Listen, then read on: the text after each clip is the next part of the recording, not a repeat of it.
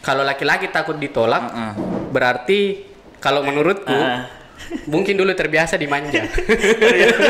Dengan kita ditolak kan itu bisa jadi pembelajaran untuk kita untuk lebih improve lagi, untuk lebih melihat kualitas dirinya kita, kemudian menjadi motivasinya kita. Kalau orang bilang tolak mah hari ini, tapi nanti jangan kau bilang apa kabar. Wih, tolak mah hari ini, tapi nanti jangan kau bilang apa kabar. Iya, karena biasa ada yang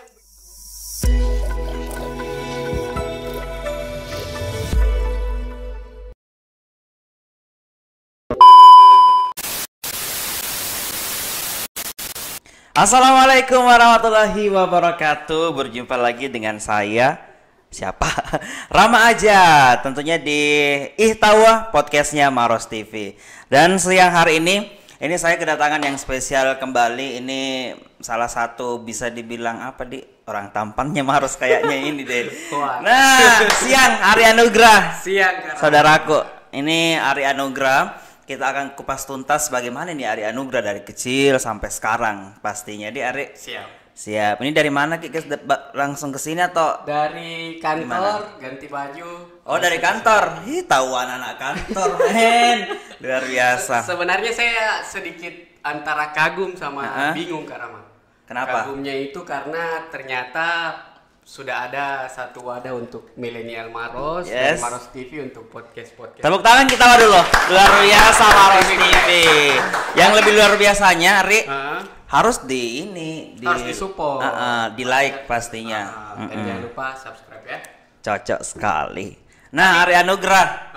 Kenapa nama tak Ari? Ari Anugrah. Sebenarnya kalau kutanya ke bapakku sama mamaku, Ari itu singkatan. Apa itu? Awi Rini. Jadi Awi Rini, ya, nama ayah saya itu panggilannya Awi. Ibu saya itu Rini, makanya disingkat menjadi Ari. Kalau panjangnya sampai hari ini juga saya belum penasaran sama artinya, makanya saya tidak cari tahu. Oke, Ari Anugrah, berapa sebenarnya umur tak ini sudah kantoran nih? Berapa umur tak Ari? Kalau sekarang sudah 24 tahun. 24 tahun. Iya, kerja mulai usia 20 tahun kalau tidak salah. Sejak 20 tahun kerja sampai sekarang, Di. Iya, makanya saya kalau lihat mic condenser seperti ini sebenarnya agak flashback. Oke. Karena kan dulu di Radio Maros FM, saya yang biasanya tanya ke narasumber, baru kali itu biasa yang pendengar di Maros FM yang suara-suara suara-suara memang sumbang, tapi di mana itu, Di? Oke, Ari Anugrah, sebelum menginjak usia di 24 tahun, pasti teman-teman semua pemirsa Maros TV ingin lebih tahu dulu bagaimana nih kisah kecilnya Ari sebenarnya. Apanya dulu ini? Dari mulai kecil, dari lahir memang dari dalam kandungan bisa Tonji dijelaskan. Saya jelaskan mulai dari SD saja mungkin. Oke. Atau TK. Sebenarnya saya di Maros itu karena dari TK. Dari TK. Ya, orang tua itu kerja di salah satu perusahaan swasta. Ya, singkatannya BSW. Oke. Di perusahaan itu saya tinggal di perumahan yang letaknya dekat dari Ramang-Ramang. Dekat Ramang-Ramang. Ya, selama TK di sana, kemudian sewaktu SD itu dirawat sama nenek di Makassar. Karena kesibukan orang tua di Maros, makanya dititip sama nenek di Makassar. Untuk lanjut di sekolah dasar di SD Sudirman 2 depannya Karebosi. Depan Karebosi. Oh, berarti dari di kampung Ramang-Ramang, sekitar Ramang-Ramang, ya, langsung ke kota. Ke tengah-tengah kota. Ke tengah-tengah kota. Dan pada saat itu Karebosi sangat terkenal dengan apanya? Pokoknya. Oh, jadi dekat ya Karebosi, Di. Iya. Terus. Pas di depan Karebosi. Terus setelah itu sewaktu menyelesaikan bangku sekolah di SD, diajak kembali lagi ke Maros, daftar di SMP Negeri 2 Unggulan Maros. SMP Negeri 2 Unggulan Maros. Iya, di situ ambil program namanya RSBI. Namanya RSBI. Setelah itu lanjut di SMA 1. SMA Negeri 1 Maros. Negeri 1 Maros. Ambil jurusan IPS. IPS, kenapa bukan IPA, bahasa? Kenapa mesti IPS? Karena saya sebenarnya lebih senang dengan sesuatu yang tidak pasti ya. Sesuatu yang tidak pasti. Kalau IPA kan IPA sesuatu yang tidak pasti. Yang bagaimana ya itu yang tidak pasti. maksudnya otakku itu memang sudah didesain untuk berekspresi sebebas mungkin. Oke. Baik itu dari segi pelajaran dan di PS itu ada banyak imajinasi yang bisa saya bangun mulai dari sejarah, dari geografi kan. Saya senang membayangkan sesuatu tidak pada satu rumus atau satu angka absolut tertentu. Ketika Samentong ini anak-anak menghayal. di masa-masa SMA, jelaskan Ki dulu. Mas kan ini SMA masa-masa yang apa, Dik?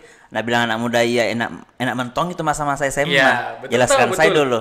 Kalau saya masa SMA itu sebenarnya semuanya bercampur. Ada enaknya, ada sedihnya, ada motivasinya juga di situ. Jadi waktu kelas 1 SMA itu saya dulu sempat bercita-cita, pasti sama aja Cita-cita jadi anggota OSIS. anggota OSIS. Pengurus Kita OSIS. mentong. Apalagi bilang harus kan jadi ketua OSIS ini. Harus sama ospek ini. Mengospek mentong Ji. Cita-cita terbesar itu waktu SMA mengospek Ji. Iya, mengospek. Nah, terus Karena kelihatannya keren. Tapi ternyata waktu itu tidak lulus. Tidak lulus. Jadi anggota OSIS. Kurang tahu apa pertimbangannya, intinya tidak lulus. Kemudian terpacu waktu itu diajak sebenarnya sama salah satu teman. Diajak masuk di dalam dunia pramuka. Kemudian masuk juga di olahraga di bidang basket waktu itu. Akhirnya itu yang saya tekuni sewaktu SMA, dari basket sampai jadi ketua waktu itu tahun 2015. Ketua apa pada saat itu? Ketua basket, ketua ekskul basket, SMBC namanya. Tapi organisasi yang pertama pramuka. Organisasi yang pertama itu kayaknya bersamaan, Ji. Bersamaan. Iya, pramuka sama basket waktu itu. Tapi bintangnya dapat di basket. Bintangnya dapat di basket. Karena kan bilang orang kalau main basket begitu keren. Iya di main basket, saya main beto anjing kau tahu. Oke. Banyak adik kelas yang kagum BD, tapi tidak tahu juga bagaimana model waktu itu software saya yang kepilihan tuh. Kemudian aktif di pramuka. Di dunia pramuka itu saya lebih mengenal yang namanya organisasi, utamanya gerakan-gerakan sosial dan kepramukaan pastinya. Saya aktif sampai selesai Bantara di pramuka. Bantara itu kalau di pramuka dia tingkatan satu tingkatan di atas. Kalau kita bisa lihat pangkatnya warna hijau. Itu Bantara. Sebenarnya ada juga Pandega Laksana, tapi itu sudah terlalu jauh. Tapi karena waktu SMA kebanyakan fokus di organisasi, akhirnya nilai akademis saya meskipun tidak hancur-hancur amat, tidak terlalu hancur, Ji. Udah hancur jadi? Ya, tapi lumayan lah. Lumayan. Ya. Intinya yang memotivasi saya sampai hari ini itu awalnya sebenarnya karena itu tadi, karena tidak lulus anggota OSIS. Karena tidak lulus anggota OSIS. Akhirnya saya terpacu untuk membuktikan bahwa bisa tonjak, biar bukan OSIS ini bisa tonjak. Jadi pada saat masuk ini di pramuka sama basket, bagaimana nih teman-teman tanggapannya, Ri? Tanggapannya teman-teman waktu itu saya kurang bisa menilai sebenarnya toh. Tapi alhamdulillah dari pramuka sama basket itu saya dapat banyak teman. Akhirnya menjadi waktu itu mengikuti pemilihan ketua angkatan. Pemilihan ketua angkatan. Ketua angkatan tahun 2015. Tahun 2015. Akhirnya terpilih menjadi wakil ketua angkatan. Wakil ketua angkatan. Luar biasa, tepuk tangan dulu wakil ketua angkatan ini kau. Nah, jadi pada saat terpilih jadi wakil ketua angkatan. Waktu terpilih jadi wakil ketua angkatan, saya sama ketua angkatan saya waktu itu salah satu kegiatannya itu mengaktifkan kembali satu kegiatan besar yang ada di Ikatan Alumni Semansa. Apa itu? Namanya Kampung Ramadan. Kampung Ramadan. Ya, dulu itu sempat vakum, kemudian diaktifkan kembali oleh teman-teman angkatan 2015 bekerja sama dengan 2014, 2016 sama senior-senior di 2013 ke bawah. Setelah jadi wakil ketua angkatan, apalagi? Setelah jadi wakil ketua angkatan, kayaknya itu jadi sampai SMA. Iya. Tapi pada saat SMA ini kita dulu cerita dulu, Ri. Nostalgia percintaan dulu waktu SMA. Kenapa? Bagaimana ini, Ri? Pada saat pasti masuk di pramuka basket, nggak ada kayak itu main dilihat cewek-cewek yang mendekat atau apa? Kalau saya sebenarnya waktu SMA itu bisa dihitung jari, Kak Rama. Jadi apanya yang dihitung jari? Kira-kira percaya aja kalau Ari. Oke. Bisa dihitung jari jumlah mantanku. Jumlah mantan bisa dihitung jari. Terus. Waktu itu istilahnya memang lagi di samping menjaga nama baik juga atau di ekskul. Betul. Dan di sekolah juga meskipun adalah sedikit. Tapi kan memang masa-masa sekolah SMA itu nggak bisa memang dipisahkan dengan percintaan. Nggak bisa. Anak-anak remaja memang. Namanya juga orang lagi fasenya memang tuh. Pas naik nanua tuh. Apa iya? Oke, nantilah kita jelaskan. Oke, setelah jadi wakil ketua angkatan, setelah tamat SMA, ini sebenarnya cita-cita tak apa, Ri, setelah tamat SMA? Sebenarnya dari sekolah kelas 2 sampai kelas 3 SMA itu saya mencintai ilmu komunikasi. Ilmu komunikasi sama bahasa Inggris. Bahasa Inggris. Tapi waktu selesai SMA tidak lulus. Tidak lulus. Ada program SNMPTN pertama. SNMPTN itu saya ambil kalau tidak salah ingat di Brawijaya 1 sama Unpad 1. Satu sastra Inggris, satu ilmu komunikasi. Kemudian tidak lulus, daftar lagi di SBMPTN. Di salah satu perguruan tinggi di Sulawesi Selatan. Akhirnya tidak lulus lagi karena nggak lulus lagi. Iya. Terus itu apa lagi? Pelabuhan terakhir. Pelabuhan terakhirnya apa? Bapak. Bapak ya pelabuhan terakhir. Karena ayah kerja di salah satu perusahaan swasta, kebetulan ada universitasnya. Ada universitasnya. Akhirnya daftar di Politeknik Boswa. Politeknik Boswa Makassar. Iya, bukan karena orang tua, karena memang saya lihat profil kampusnya keren. Oke. Terus lulus jurusan? Lulus di jurusan perpajakan. Dari ceritanya hari ini komunikasi, lulus di perpajakan. Ceritanya bagaimana itu, Ari? Nggak tahu, kayaknya memang saya selalu diarahkan ke keuangan. Kurang tahu kenapa, karena waktu di PS juga ternyata saya mencintai accounting waktu itu. Kemudian masuk di perpajakan. Sebenarnya waktu itu ambil 2 jurusan, Karama. Jurusan apa yang satu? Perhotelan sama perpajakan. Di perhotelan itu sebenarnya saya juga banyak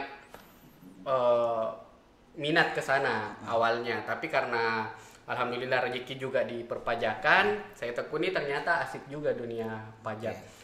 Waktu di dunia kampus ini kebanyakan waktu dari saya semester 1 sampai sarjana itu tidak pacaran dengan teman kampus.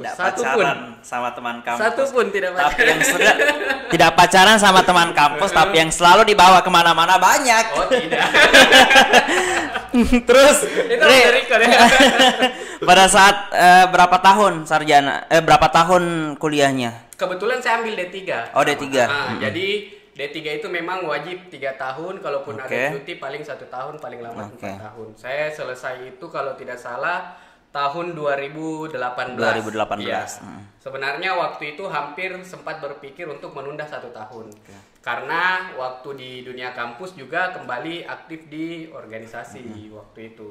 Kebetulan waktu saya semester 2, masih semester 2 itu sudah diamanahkan menjadi ketua DEMA. Ketua DEMA, Dewan Mahasiswa kalau di kampus saya. Senat Mahasiswa. Senat Mahasiswa. Kemudian menjadi juga ketua angkatan. Di angkatan 2015. Angkatan ketiga waktu itu di kampus saya. Di Politeknik Boswa. Kalau di luar kampus organisasinya? Kalau di luar kampus banyak. Bisa disebutkan? Seberapa banyak kira-kira? Waktu kampus atau sampai hari ini? Pada saat kampus dulu. Kalau pada saat kampus itu yang paling aktif yang pertama di organisasi kedaerahan. HPPMI. Itu komisariat waktu itu masih satu Universitas Boswa. Sekarang sudah 2, Unibos, Polibos kan. Kemudian aktif juga di HMI waktu HMI. itu, tapi tidak sampai ke LK2 karena satu dan lain hal. Kemudian aktif juga di Karang Taruna. Waktu itu Karang Taruna tingkat kecamatan Mandai. Kemudian ada juga organisasi waktu itu kayaknya masih semester 5, kenal sama Kak Bakri. Itu diajak masuk di apa namanya organisasi itu? Granat. Granat yang atau yang selalu meletus kah? Iya, tuh? yang lapo-lapo. Yang lapo-lapo. Lapo-lapo. Asik granat itu Karama. Asik. Apa yang buat asik? Ketuanya. Sering ditraktir kopi kalau dia tahu ada yang mau ditraktir kopi masuk pakai granat. Ketua kemudian senior di dalam juga itu istilahnya memberikan banyak pengalaman, termasuk yang mengantarkan saya menjadi penyiar. Salah satunya juga itu melalui Granat karena ya saya kenal Kak Adi waktu itu dari Maros FM. Itu dari Granat. Sebelum berbicara banyak mengenai organisasinya Ari, lupa satu. Apa? FKDDM. FKDDM. Iya, Forum Komunikasi Daerah dan Daeng Maros. Jadi waktu menjabat ketua senat, waktu itu bersamaan juga di ekstra kampus itu menjabat di ketua FKDDM. Sekaligus juga waktu itu sebagai ketua pertama, kebetulan sama-sama mendirikan sebagai ketua pertama. Siapa yang mendirikan FKDDM? Kalau yang mendirikan sebenarnya banyak kan. Banyak deh, ada beberapa memang. Iya, tapi yang salah satu mencetuskan itu termasuk angkatan 2016. Karena ada support dari senior-senior waktu itu dari angkatan 2012, 13, 14, kemudian yang berhasil dilantik waktu itu adalah 2016 dengan nama FKDDM. Tapi sebelum itu sudah ada ikatannya, cuman belum seformal ini seperti hari ini. Ari, berbicara kembali ke dunia kampus, Ri. Iya. Apa yang paling berkesan pada saat kuliah, Ki? Yang paling berkesan pasti organisasi, Kak. Organisasi. Tidak tahu kenapa percintaan itu tidak menjadi hal. Percintaan nomor berapa? Nomor 2 lah. Kalau dikasih pilih ke organisasi atau percintaan, pilih mana? Pilih organisasi pastinya. Kenapa bisa? Karena di organisasi ku dapat pacar. Iya. Karena di organisasi dapat pacarnya, luar biasa. Oke. Terus setelah kuliah? Kemudian waktu baru-baru lulus, sambil kuliah dulu di semester akhir itu belajar yang namanya dunia event organizer, ya, wedding organizer, kemudian ada travel juga. Intinya waktu itu karena bergaul sama teman-teman kuliah yang ada minatnya ke sana, akhirnya penasaran juga, makanya ikut di salah satu IO di Makassar. Jadi setelah kuliah kan waktu kuliah di Makassar, tapi Okay. di Maros juga aktif berorganisasi, cuman kebanyakan freelance-nya cari uangnya di Makassar. Dan setelah kuliah langsung kembali bergabung ke Maros dulu. Oh, ke Maros dulu. Ke Maros dulu. Di Maros kerja? Penyiar. Penyiar Radio Maros FM. Waktu itu masih training sampai akhirnya direkrut menjadi penyiar. Kurang lebih hampir setengah tahun kayaknya, Karama. Iya. Setelah jadi penyiar ke Makassar. Setelah jadi penyiar masih di Maros. Masih di Maros. Iya.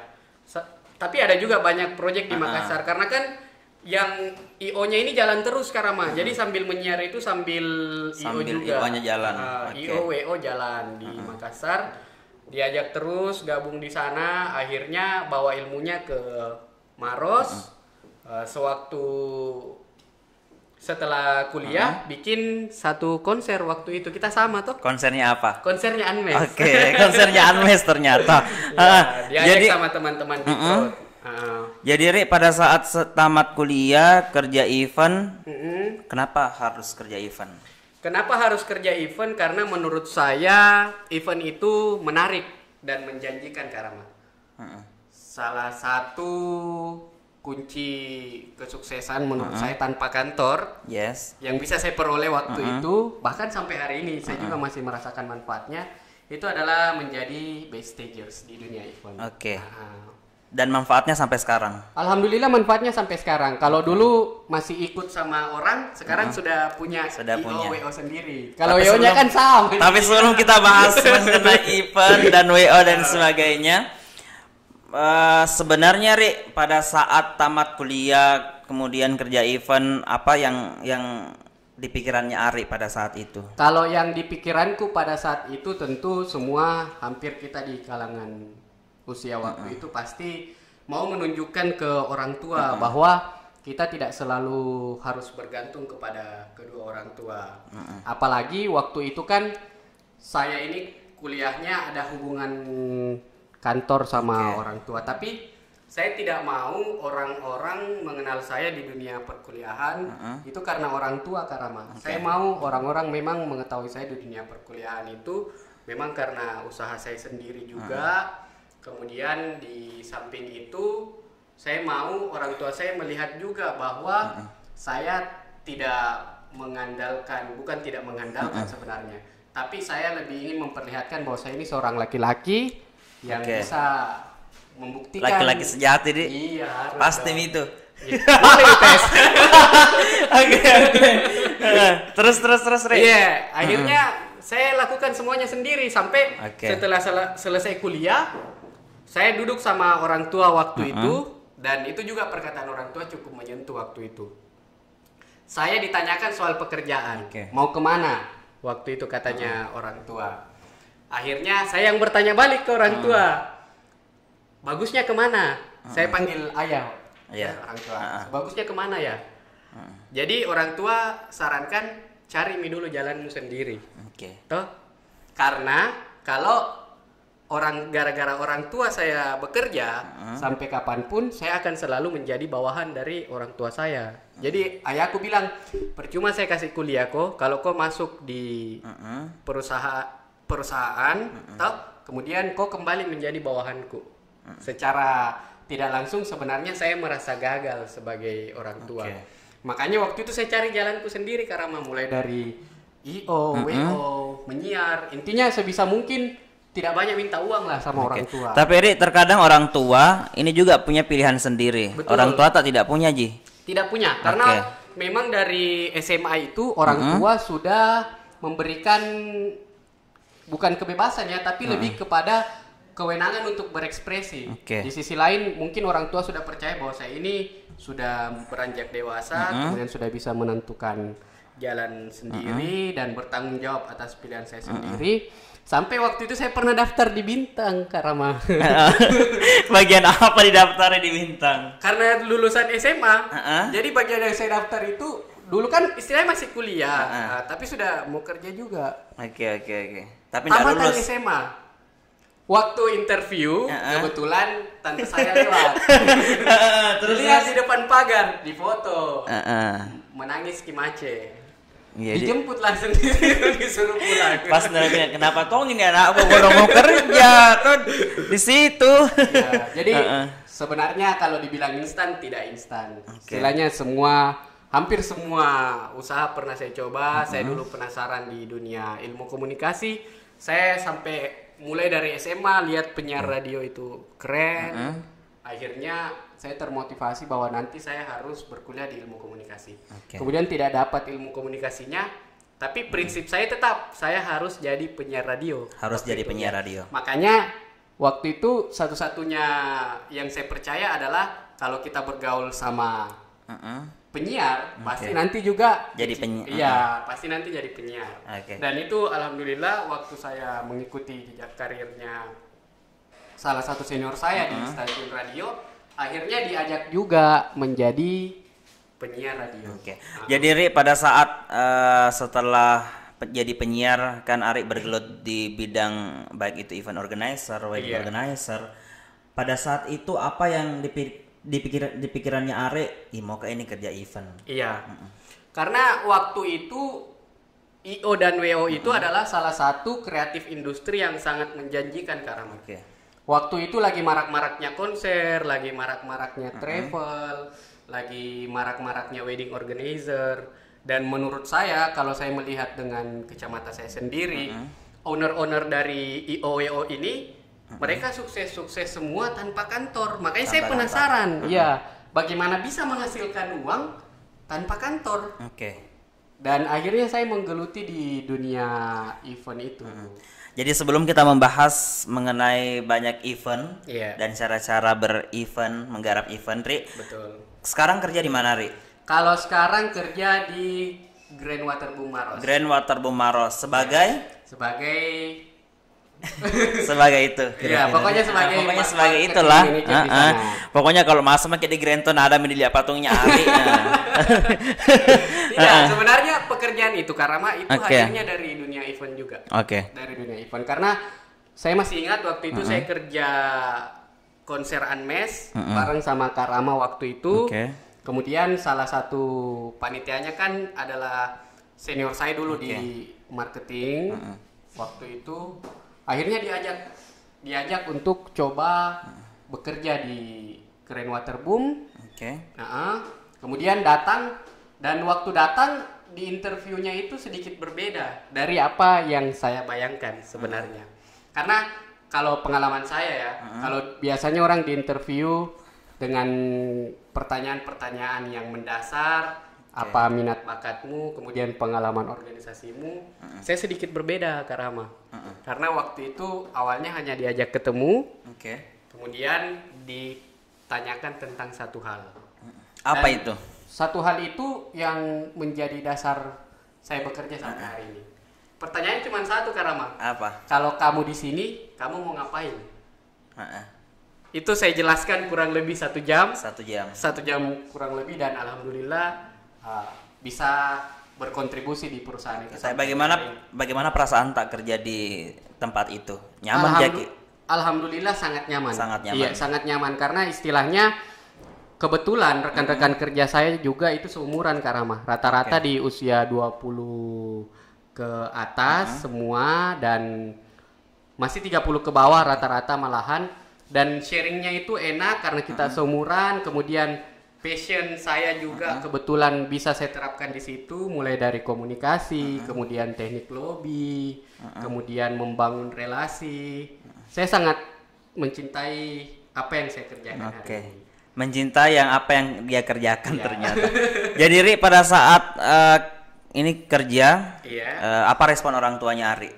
Alhamdulillah sampai hari ini dari pekerjaan itu saya sudah bisa memberikan tidak banyak mungkin, tapi sedikit banyak hal untuk kedua orang tua, dan bisa memperlihatkan juga ke orang-orang bahwa posisi saya hari ini itu bukan karena siapa orang tua saya, bukan karena siapa latar belakang keluarga saya atau mungkin relasi-relasi saya, tapi semua itu saya dapatkan dari usaha saya sendiri. Usahanya Ari. Dan pasti kita ketika ada di posisi itu pasti bangga, karena beda itu kalau kita kerja karena backing toh.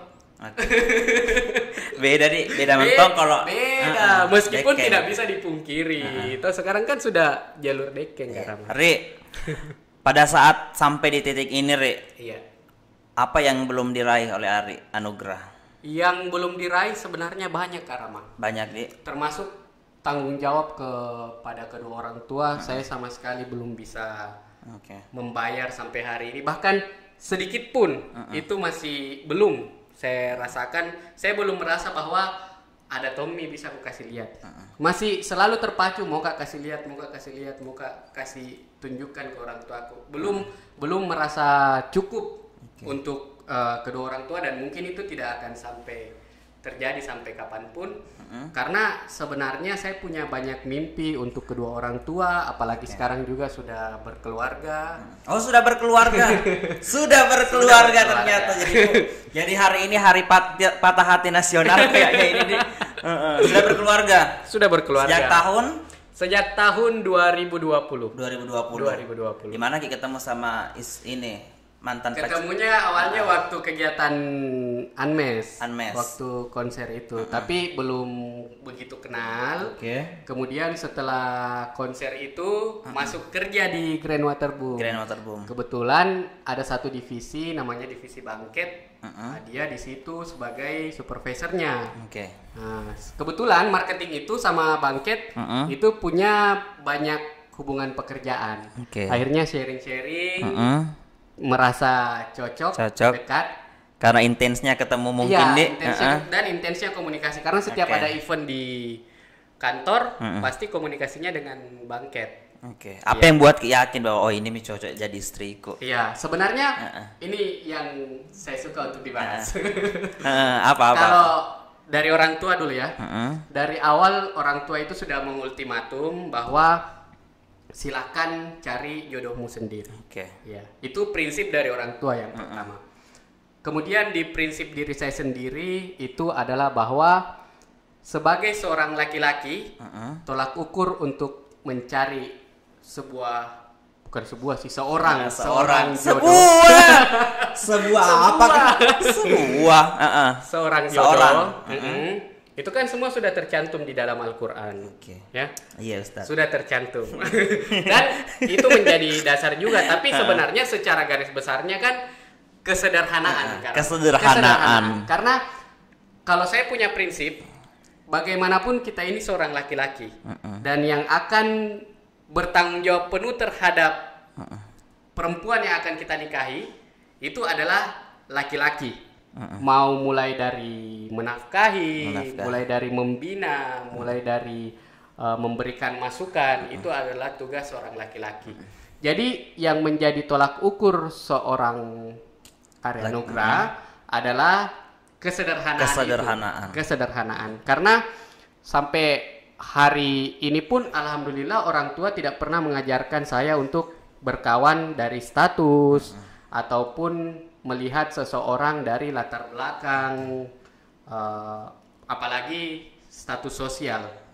Sampai hari ini saya tidak pernah diajarkan mengarah ke sana, dan alhamdulillah di sisi lain yang saya temui jodoh saya hari ini itu bisa saling melengkapi satu sama lain. Saling melengkapi. Itu yang paling penting sebenarnya. Ada ketawanya, ada emosinya, ada marah-marahnya. Kalau ada yang bilang hubungan itu bahagia terus, sebenarnya itu perlu dipertanyakan Kak Rama. Karena tidak ada warnanya. Warnanya hubungan itu kan ketika kita ada bumbu-bumbunya. Jadi tidak mesti mulus terus. Tidak mesti mulus terus. Justru hubungan yang mulus terus itu dipertanyakan. Jangan sampai ada orang lain yang menenangkan. Jangan sampai ada orang lain yang menenangkan mata Mija. Jangan sampai misalnya ada masalah sedikit. Bahaya. Alam. Tapi kan bahaya pembahasan kayak kurasa kalau begini. Tapi kalau kita bicara realitanya kan istilahnya semua hubungan itu pasti punya warna. Tidak ada hubungan yang mulus-mulus saja, meskipun itu menjadi mimpi semua orang, utamanya yang berkeluarga pasti mau yang keluarga yang harmonis. Tapi harmonis itu kan tidak bisa didapatkan hanya dari kesenangan. Karena ada kalanya kita diuji, ada kalanya kita diberikan ujian yang kadang menguatkan satu sama lain. Tapi setuju nggak sih Ari kalau misalnya masalah itu mempererat hubungan suami istri? Sangat setuju Kak. Sangat setuju. Iya, karena di sisi lain kita juga bisa melihat kapasitas dari, kalau saya istrinya kita. Toh kalau Kak Rama istri atau suami? Belum. Istri beda atau suami deh? Istri atau suami Istri lah. Kapasitas istri kita bisa melihat kapasitas perempuannya kita ini sampai di mana ketika kita dihadapkan pada suatu masalah, termasuk bagaimana caranya mensupport kita, bagaimana caranya memotivasi kita dari masalah yang kita hadapi. Apalagi waktu saya sama jodoh saya yang sekarang Kak Rama, saya memang memperlihatkan kesederhanaan itu sejak awal. Karena saya jemput dulu itu Kak Rama pakai mobil tahun 90-an. Hanya untuk melihat bagaimana. Siapa lagi namanya? Anita. Bukan, mobil tak. Jamila. Bayangkan ya, biar mobilnya kasih tahu nama. Ada Jamila, ada siapa lagi? Ada Magdalena. Ada Maimuna. Saya curiga aku ini kalau Jamila, Magdalena, Maimuna ini mantannya semua di hari. Sebenarnya itu motivasi. Itu motivasi untuk tetap merawat. Waktu itu Karama mobil itu tahun 96 dengan kondisi yang sangat memprihatinkan. Toh saya jemput pakai itu mobil, saya ajak jalan. Saya mau lihat bagaimana reaksinya. Bagaimana tuh responnya itu pada saat itu? Barusanku jemput cewek pakai itu mobil tuaku dan tidak bertanya, tidak ada AC-nya. Ini satu orang. Langsung aja naik duduk, santai, cerita-cerita, kemudian jalan, kemudian pulang cerita-cerita lagi di mobil. Seperti tidak ada keluhan sama sekali. Padahal saya sendiri sebenarnya mengeluhkan. Kalau aku pakai Jojo itu mobil, saya sendiri sebenarnya tidak. Oke, Ri. Dan Ri, sebenarnya Ri hari ini menikah di usia muda, teman-teman semua. Ya. Apa di pikiran itu mau menikah muda? Kalau pikiran di menikah muda itu sebenarnya ada banyak pertimbangan, Karama. Ada orang yang bilang menikah muda itu sebenarnya ragu dan tidak ragu. Tapi kalau menurut saya menikah muda itu bukan berarti kita kehilangan usia mudanya kita. Kita menikah muda itu adalah suatu pilihan digarisbawahi dengan komitmen-komitmen yang jelas kalau menurutku Karama. Di sisi lain pertimbangan berikutnya adalah kondisi kita pada saat tua. Kalau prinsipnya saya Karama, pada saat tua nanti saya masih mau dalam kondisi sehat, insya Allah kalau panjang umur. Saya masih mau dalam kondisi sehat melihat anak-anak saya sukses seperti yang dirasakan oleh kedua orang tua saya. Jadi orang tua saya itu Karama menikah muda juga, menikah muda. Dan alhamdulillah di usianya hari ini masih dalam kondisi yang fit.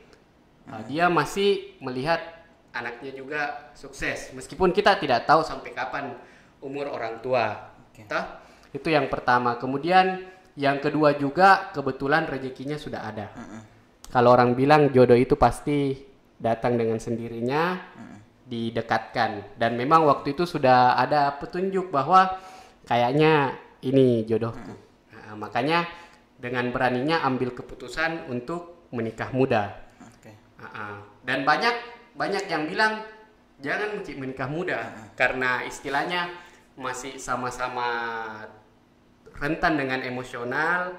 Akhirnya banyak juga rumah tangga yang selesai di usia dini pada saat menikah muda, baru belum cukup 1 tahun akhirnya bubar. Iya, belum keluar buku nikahnya mau bicara itu. Betul. Tapi kalau menurutku Karama itu kembali ke individunya kita masing-masing. Makanya sebelum menikah penting untuk melihat dulu siapa yang harus kayaknya belajar dulu ini. Oke, jadi Ri, sebelum kita membahas mengenai jauh lagi tentang event tadi kita ini karena banyak anak muda mungkin Ri yang bingung mau kerja apa. Nah, mungkin salah satunya mungkin bisa kerja event. Betul. Sebelum kita membahas tuntas masalah event itu, kita akan break sejenak. Kita akan kembali ke segmen kedua dan tentunya jangan lupa subscribe dan tentunya like di laman YouTube kita di Maros TV.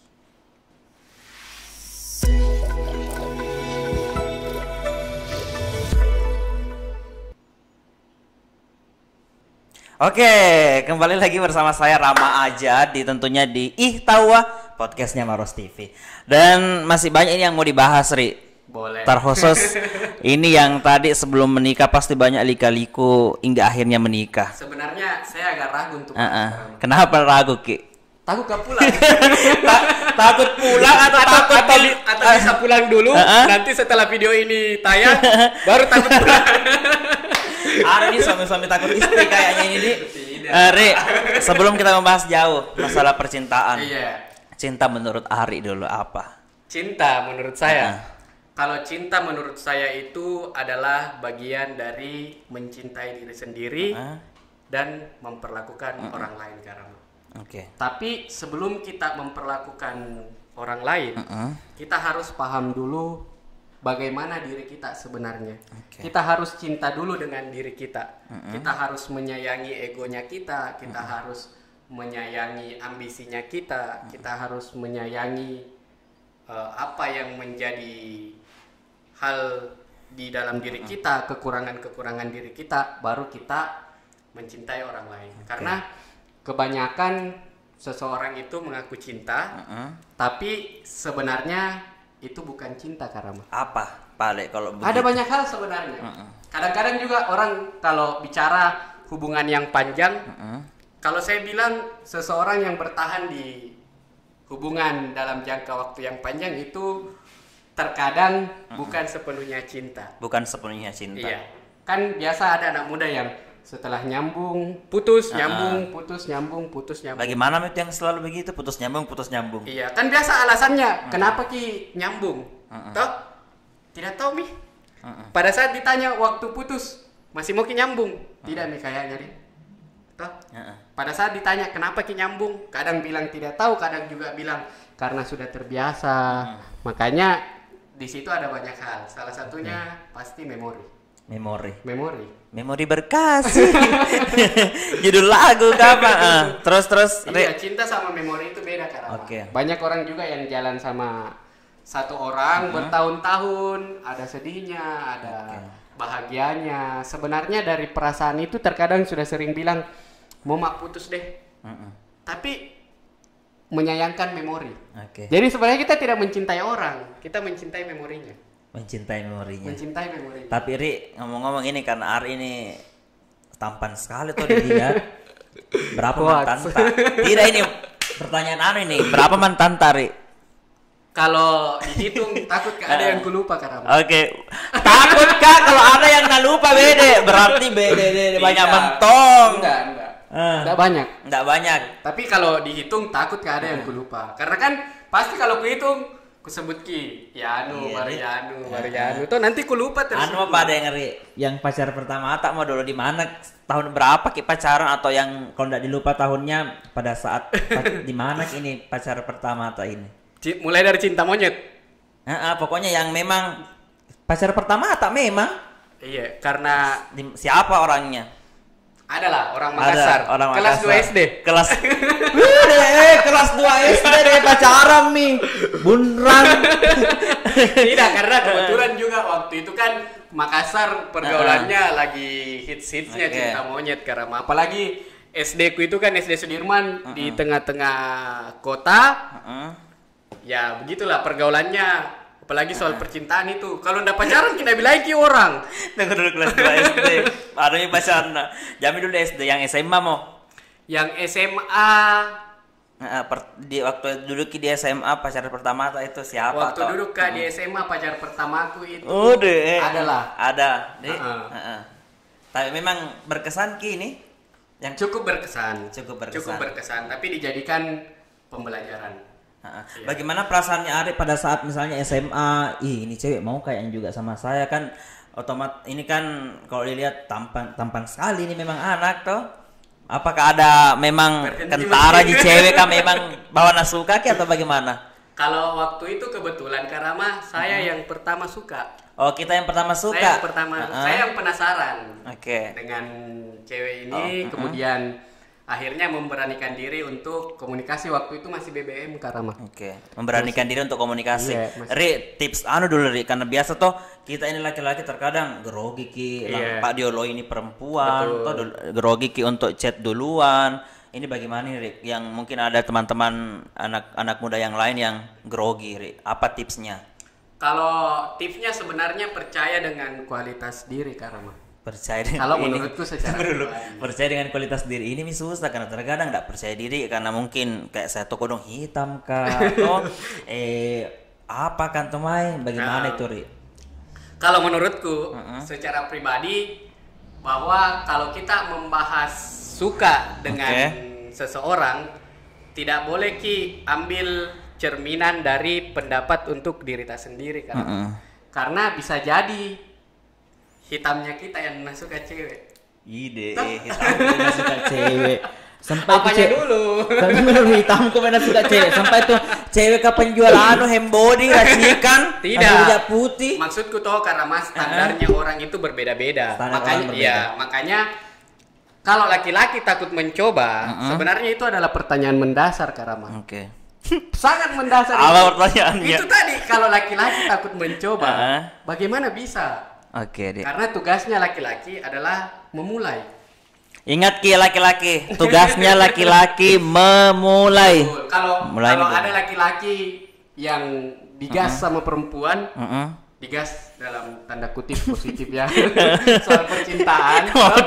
Mau tadi gas.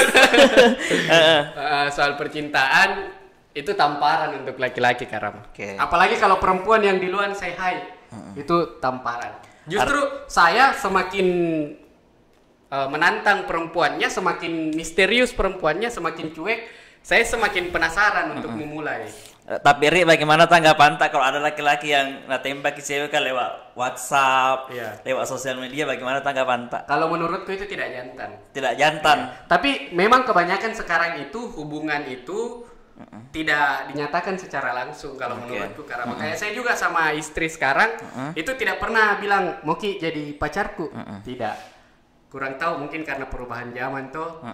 Intinya sekarang itu ajak jalan, dekat, kemudian banyak kebiasaan, akrab, kemudian merasa saling memiliki satu sama lain. Ri, dari banyaknya deretan mantan mungkin pernah patah hati?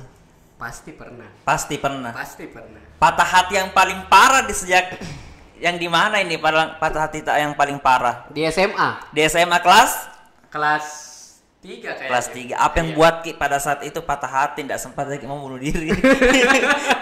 Kalau dibilang mau bunuh diri waktu SMA itu patah hati terberatku 2 kali Kak Rama. 2 kali. Yang pertama dulu deh. Orang berbeda. Yang dua orang yang berbeda. Iya. Tapi disclaimer Ki dulu nah. Disclaimer. Yang paling buat Ki yang paling keras patah hatinya yang mana? Yang paling keras patah hatinya waktu kelas 3 SMA. Kelas 3 SMA. Iya. Kenapa kayak berat sekali patah hati tak waktu itu? Karena waktu itu saya yang buat kesalahan dan kebetulan satu perempuan yang saya kenali ini itu sangat setia Kak Rama. Sangat setia. Sangat setia.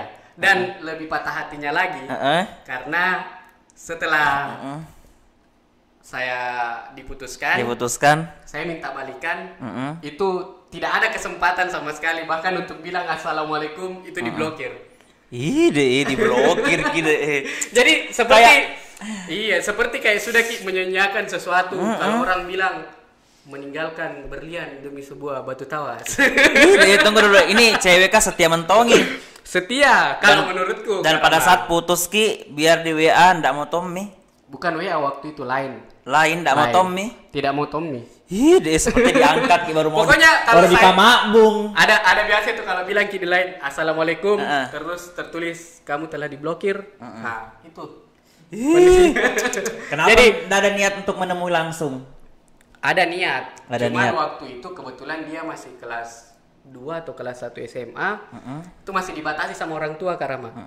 Dan kita juga kelas 3 SMA waktu itu kan tidak mungkin mau langsung datang ke rumahnya cewek bilang saya cowoknya mau ketemu sama cewekku tuh. Jadi patah hati sekali di situ. Sebenarnya tidak patah hati sekali. Menyesal sekali. Menyesal sekali. Tapi dari penyesalan itu saya belajar banyak hal, utamanya bagaimana menghargai perasaan perempuan. Jadi pada saat patah hati di situ apa yang dirasakan sekali pada saat itu? Yang kurasakan pada saat itu awalnya sih sebenarnya menyesal. Menyesal bahwa saya sudah menyanyiakan satu orang yang ternyata setia. Bukti kesetiaannya karena waktu itu memang istilahnya dia dikenal cuek, kemudian dikenal juga pendiam orangnya, kemudian tidak banyak bergaul, kemudian selalu memberi kabar. Iya, dan memang teman-temannya yang lain juga bilang bahwa dia setia dan memang dia dulu salah satu primadona juga di. Tapi kenapa kalau putuskan orang? Tidak diputuskan Kak. Kenapa bisa? Di gap Kak. Di gap. Di gap apa? Hari di Bukan gap saya apa? putuskan Ki, di gap Kak. Di gap Ki apa? Apa? Masuk ke Dijeka digigit apa sama ini? orang makan di McD. Ide itu wae yang kalau ada mie satu yang ku balala dudu. Jadi pada saat di gap ki. Kesalahpahaman. Jadi pada saat di gap ki di McD ada langsung di situ. Iya, rekaman. Oh, rekaman. Iya, rekaman. Bampol. Ih, Ide. bahaya itu bampol. Bahaya ada bampol percintaan kan. Terus Bahaya itu bampol. pada saat ada itu rekaman kan di gap ki di McD. Iya, di situ kan kita posisinya merasa salah memang. Akhirnya ya kita tidak boleh ego. Pasti kalau kita ada di posisi yang salah, apalagi kita seorang laki-laki, kita harus dengan berani mengatakan maaf. Karena semua yang menjadi salah satu tantangannya, apalagi seorang laki-laki, karena ketika berhadapan sama pasangannya, baik itu perempuan, hal yang paling sulit dilakukan laki-laki, mungkin Karama juga rasakan, itu adalah mengeluarkan kata maaf. Meskipun kadang banyak perempuan yang sudah terbiasa mendengar kata maaf, tapi menurut saya tidak semua laki-laki itu dengan mudah mengeluarkan kata maaf. Oke. Tidak semua laki-laki. Selanjutnya Ri mau kak bertanya ini kan ini banyak teman tante toh. Iya. Pernah kita tidak pacaran lebih dari satu secara bersamaan? Pacaran lebih dari satu secara bersamaan. Kalau lebih dari satu enggak. Lebih dari satu enggak? Iya. Tapi kalau rentang yang sempit, yang sangat dekat pernah. Baru putus 1 hari, besoknya. Jadi tidak pernah misalnya ada pacar tak ini toh? Iya. Terus pacaran ki juga sama ini. Nggak Kalau pernah, komunikasi pernah. Komunikasi pernah? Komunikasi pernah. Ide hebat. nggak tahu ini Bagaimana ceritanya ini badala mentong kapan ini hari? Tidak, ini kan cinta monyet kan. Oh iya, ini cinta kan monyet. Istilahnya, Bu, komunikasi dalam artian kita punya pacar waktu Oke. itu, kemudian istilahnya dekat sama orang lain, tapi dalam konteks dekatnya itu masih dalam batas wajar. Karena dalam artian kalau orang bilang sekarang komunikasi apa ya, TTM. Oke, TTM, teman tapi mesra. Iya. Mau kemana itu dipanggil. Iya. Barusan ku jujur sekali. Barusan Panjang-panjang urusanku kalau Barusan beda jujur sekali hanya di Maros TV. panjang urusanku. Pokoknya saya siap somasi Maros TV kalau ada apa-apa saya pulang. Waduh, luar biasa Ri. Jadi disclaimer dulu untuk istri. Tapi masalah ini kan cinta Iya, karena kan istri juga punya masa lalu, saya Iya juga punya betul masa tahu. lalu. Dari masa lalu itu Iya. kita lebih kita belajar untuk bagaimana di masa yang akan datang. Betul, lebih termasuk baik bagaimana lagi. saya memperlakukan istri saya hari ini. Ini deh. Saya banyak belajar dari kesalahan-kesalahan saya di Luar masa lalu. biasa. Selanjutnya Ri, berbicara masalah itu tak kuku saya deh. Berbicara tentang percintaan Ri. Iya. Apa yang paling berkesan di dunia percintaannya Hari? Yang paling berkesan di dunia percintaan itu adalah ketika kita hampir semua orang mungkin sepakat sama-sama memulai dari bawah, Karama. Ketika kita sama-sama menghadapi realita hidup sebagai orang yang dewasa, kemudian dari situ kita sama-sama berjuang sampai dengan kita menjadi sebuah keluarga. Itu yang saya lakukan juga sama istri saya hari ini. Saya sama-sama memulai dari bawah, bahkan sewaktu mau menikah, istri saya itu melepaskan karirnya. Melepaskan karir karena di dalam dunia pekerjaan kalau ada hubungan pekerjaan itu sangat rentan. Makanya istri saya memutuskan juga untuk resign waktu itu. Padahal dia sudah supervisor.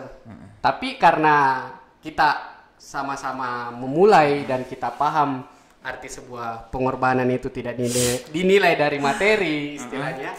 Makanya mungkin waktu itu istri saya memutuskan lebih baik resign. Padahal saya juga sempat menawarkan waktu itu karena saya atau kita. Ya, itu yang menjadi tantangan beratnya waktu itu. Dan akhirnya kita tekan komitmen kalau memang kita yang resign, saya tidak mau setelah menikah kita bekerja. Izinkan saya sebagai laki-laki membuktikan tugasnya saya sebagai kepala rumah tangga untuk betul-betul menafkahi istri saya. Karena sewaktu kecil saya tahu bagaimana rasanya kurang bimbingan dari orang tua. Karena waktu itu kan orang tua saya sibuk, akhirnya saya dititipkan di nenek saya di Makassar, agak jarang ketemu sama orang tua. Makanya saya sampaikan ke istri saya bahwa fokus saja urus keluarga, fokus urus saya. Tapi sekarang enak dia karena job tak kadang sama istri tuh. Iya, sekarang kan sudah punya satu bisnis sama istri. Apa itu bisnisnya? Bisnisnya wedding organizer. Wedding organizer. Sama Karama. Apa namanya? Promosi. Namanya Everlasting Project. Everlasting Project. Jadi tepuk tangan dulu untuk Everlasting Project. Pokoknya teman-teman yang mau jasa pernikahan secara teratur, terstruktur, terencana, mulai dari budgeting sampai dengan pelaksanaan, jangan lupa di wedding organizer Everlasting. Tapi itu penting Karama, penting. Penting mengedukasi orang-orang bahwa semua jasa itu sekarang berhak dinilai secara profesional. Karena kebanyakan juga ketika kita berteman, yang paling akrab itu adalah jasa thank you. Jasa thank you. Jasa thank you. Iya. Pokoknya Aditkan dulu bro. Tunggu dulu, Dik. Thank you. Ada tong itu biasa deh, panggil ki misalnya pergi MC thank you ji. Iya, atau thank nasi you. dos dia masuk ke saya tambah saya itu deh apa ke pembeli bensin. Betul. Oh deh kayak Tidak, tapi sebenarnya hal lumrah kalau kita menjadi bagian dari situ. Contoh kayak kita menjadi pengurus di situ atau kita juga menjadi salah satu tim di situ, itu kan hal lumrah. Yang tidak lumrah biasanya kalau tidak ada angin, tidak ada hujan, tidak kenal dia siapa, tiba-tiba minta tolong, kemudian bilang thank you. baru gratis tompa. Ih dia besar tompa carana baru mau tompa gratis. Terus Ri, jadi Ri, sebelum kita berbicara jauh tentang event masalah percintaannya lagi nih Ari. Iya. Jadi kan terkadang ini kodong anak muda, biasa terkadang susah ngerasa ada nasuka, susah ngerasa dekati. Iya. Atau misalnya ada nasuka, ceweknya orang. Bagaimana Mi itu Ari? Yang mana dulu ini susah didekati atau cewek Yang orang? susah didekati mau dulu. Kalau yang susah didekati, karena sebenarnya tidak akan pernah terjadi sebelum kita memulai. Sebelum kita memulai. Karena sampai kapanpun idola itu akan selalu menjadi idola, kagum itu akan menjadi kagum sampai dengan ada kalimat boleh kita kenalan. Yes. Jadi kalau kita mengagumi seseorang, yang terpenting sebenarnya memulai. Masalah setelah memulainya responnya seperti apa, itu tidak masalah. Justru di situ letaknya seorang laki-laki bagaimana menanggapi respon. Tapi Ri, biasa juga Ada laki-laki takut ditolak. Bagaimana Mi itu? Kalau laki-laki takut ditolak, berarti kalau menurutku mungkin dulu terbiasa dimanja. Terbiasa dimanja. Kalau ada nama diikuti, Tapi kalau ditolak akhirnya wajar, diterapkan kalau ditolak wajar. Hal yang wajar karena Hal yang wajar. justru dengan kita ditolak kan itu bisa jadi pembelajaran untuk kita untuk lebih improve lagi, untuk lebih melihat kualitas dirinya kita, kemudian menjadi motivasinya kita. Kalau orang bilang tolak mah hari ini, tapi nanti jangan kau bilang apa kabar. Wih, tolak mah hari ini, tapi nanti jangan kau bilang apa kabar. Iya, karena biasa ada yang begitu, toh. Nah, lihat Ki, apa itu cuk malah nah tolak Ki. Iya. Setelah glowing, DM di luar, apa kabar? Deh kemarin tolak Ki. Besok gara-gara berdarah cikan, Nomi kembali deh. sekali mukanya aja putih badannya itu. Oke, Ari, ini juga saran juga dulu tahu untuk anak-anak muda misalnya bagaimana cara memilih perempuan yang baik, cewek yang baik. Kalau masing-masing kita kan pasti punya standar yang berbeda-beda Karama. Tapi kalau standar saya pribadi adalah jawabannya bagaimana dia memperlakukan kedua orang tua kita. Kalau menurutku secara pribadi. Karena saya menilai kesederhanaan perempuan itu ketika saya mengajak dia ke rumah dan apa yang dia lakukan ketika pertama kali saya mengajak dia untuk berkenalan dengan kedua orang tua saya. Oh berarti mau juga aku coba ini bawa ke cewekku di rumahku nih. Istriku itu waktu pertama kali datang ke rumah itu tidak duduk di ruang tamu. Di mana pengen Langsung cari dapur. Tahu ada Cari di mamaku. Langsung cari dapur. Terus dia yang bikin sirup untuk dia sendiri, dia yang bikin sirup untuk saya. Bukannya kuras siri namanya itu. Kalau dia sendiri bikin sirup. Maksudnya membantu Cokta. Tunggu dulu. Ini baru pertama ke rumah ya. Iya. Langsung masuk dapur. Tidak tonji seperti bayangkan tidak baru masuk langsung tembus ke dapur. Bikin sirup sendiri. Ini kan maksudnya dia lagi duduk awalnya, kemudian lihat orang tua aku bikin, kemudian dia langsung izin masuk, masuk minta bisa saya bantu Ki. Bukan itu bagian dari cari muka, bukan Ji? Tidak. Jadi kalau sebenarnya itu juga yang sulit ditebak, tapi kalau menurutku cari muka itu cepat atau lambat akan kelihatan Karama. Akan kelihatan. Apalagi kalau sudah makin menikah, istilahnya semua sisinya pasangan teh itu pasti akan terlihat. Bisa jadi ada yang waktu pacaran romantisnya, setelah menikah dah sedikit-sedikit bikin status. Toh keluar mau dari rumah. Status berbicara. Ada juga yang waktu pacaran kurang komunikasi, kemudian kurang ketemunya, ada yang LDR, tapi setelah menikah ternyata romantis sekali.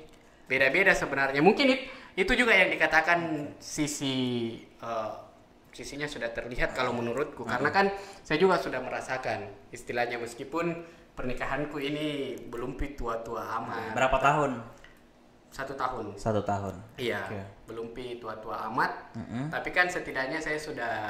Tapi memang tawana istrinya hari baru Ki duduk, pergi di dapur ambil minuman.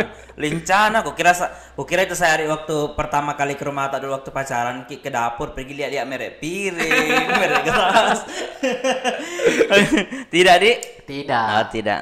Intinya kalau saya itu tadi, bagaimana melihat seorang perempuan itu adalah bagaimana dia memperlakukan kedua orang tua kita. Karena begini Karama, saya ini seorang laki-laki. Cepat atau lambat orang tua saya akan masuk di usia tuanya. Dan cara seorang laki-laki merawat dengan seorang perempuan itu jauh berbeda Karama. Itu jauh berbeda. Maka menjadi tanggung jawab saya untuk memastikan bahwa ketika orang tua saya nanti juga tua dan istri saya panjang umur, orang tua saya merasakan bagaimana dirawat sama istri saya, layaknya dia dirawat sebagai anaknya sendiri. Kemudian Rik, berbicara tentang mungkin anak muda toh Rik, biasa juga pilih-pilih tongi, mau tompa yang perfect. Betul. Bagaimana itu? Makanya tadi prinsipku, laki-laki itu harus bisa menentukan pilihan dan harus sadar bahwa bagaimanapun kita adalah seorang laki-laki. Jangan cari aman, Bos. Iya. Toh, kan banyak laki-laki yang cari aman, cari yang standarnya tinggi-tinggi, cari yang latar belakang keluarganya tinggi-tinggi. Meskipun pilihan hidup kan berbeda-beda, tapi bagaimanapun ketika kita sudah menikah, yang menjadi tanggung jawab paling besar adalah seorang laki-laki. Maka ketika kita sudah menikah tidak boleh lagi ada yang dikatakan itu dari bapakmu, itu dari mamamu, tapi itu dari kita, dari usaha tak berdua. Makanya tidak boleh Ki. Terkadang juga ada anak muda yang bilang begini, takut kak saya menikah deh karena dari pekerjaan. Betul. Itu bagaimana kalau yang begitu? Sebenarnya Karama, kalau menurutku menikah di usia muda itu tidak menjadi masalah. Yang terpenting kita bisa menjamin minimal diri kita dulu sendiri Karama. Minimal menjamin diri kita sendiri. Jadi pekerjaan itu penting Karama, penting. Kalau kita tidak bisa menjamin diri kita sendiri, bagaimana kita bisa menjamin anak yang selama ini dibesarkan oleh orang tuanya, mungkin dengan barang-barang yang branded, kemudian setelah menikah dari kita, sama kita, turun. Toh? Itu contoh Ji. Alhamdulillah sampai sekarang saya sama istriku main cakar jago dong. Cakar. Iya. Cakar tapi hasil keringat sendiri Karama. Iya. Nah, itu yang paling enak di Ari ketika punya penghasilan sendiri. Iya. Enak mentong dirasa Dik kalau dibelanjakan itu penghasilan sendiri. Dan istilahnya kalau sudah terjamin diri kita sendiri, baru kita bisa memberikan jaminan ke orang lain. Bagaimana bisa kita memberikan jaminan ke orang lain sementara untuk menjamin diri kita sendiri saja itu sulit. Menjamin juga itu Karama bukan cuma dari pekerjaan sebenarnya.